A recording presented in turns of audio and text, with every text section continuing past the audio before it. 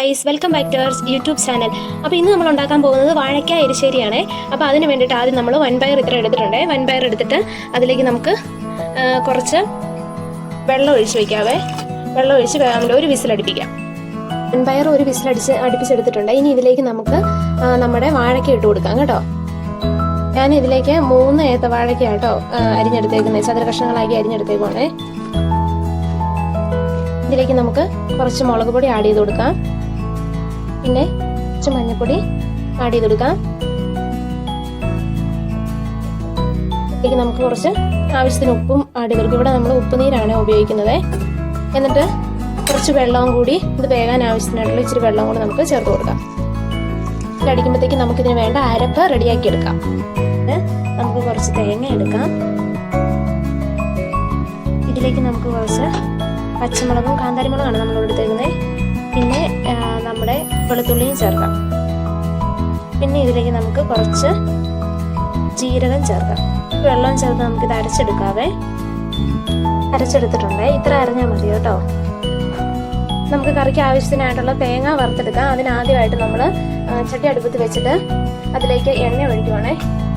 എണ്ണ ചൂടായി കഴിയുമ്പോൾ നമുക്ക് അതിലേക്ക് കടുകിട്ട് കൊടുക്കാം.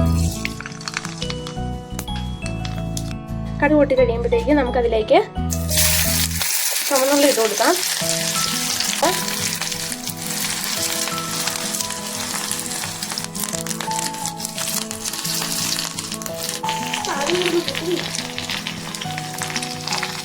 എന്ന് വഴണ്ട് വരുമ്പോഴത്തേക്കും ഇതിലേക്ക് നമുക്ക് തേങ്ങ ചിരകി വെച്ചിരിക്കുന്ന തേങ്ങ ഇട്ട് കൊടുക്കാം. ഇളക്കി നമ്മൾ തേങ്ങ വറുത്തെടുക്കാവേ.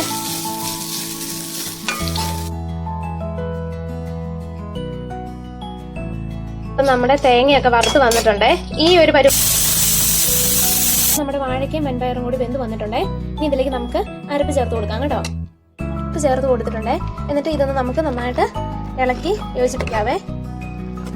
എന്നിട്ട് ഈ അരപ്പൊന്ന് വെന്ത് വരാൻ വേണ്ടിയിട്ട് ഒരു 5 മിനിറ്റ് എന്നിട്ട് തിളപ്പിക്കണം കേട്ടോ.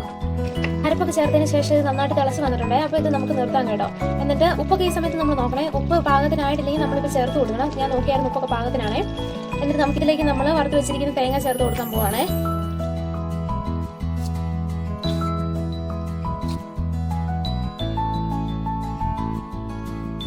തേങ്ങ ചേർത്ത് കൊടുത്തിട്ടുണ്ട്. എന്നിട്ട് ഇതൊന്ന് നന്നായിട്ടൊന്ന് ഇളക്കണം കേട്ടോ.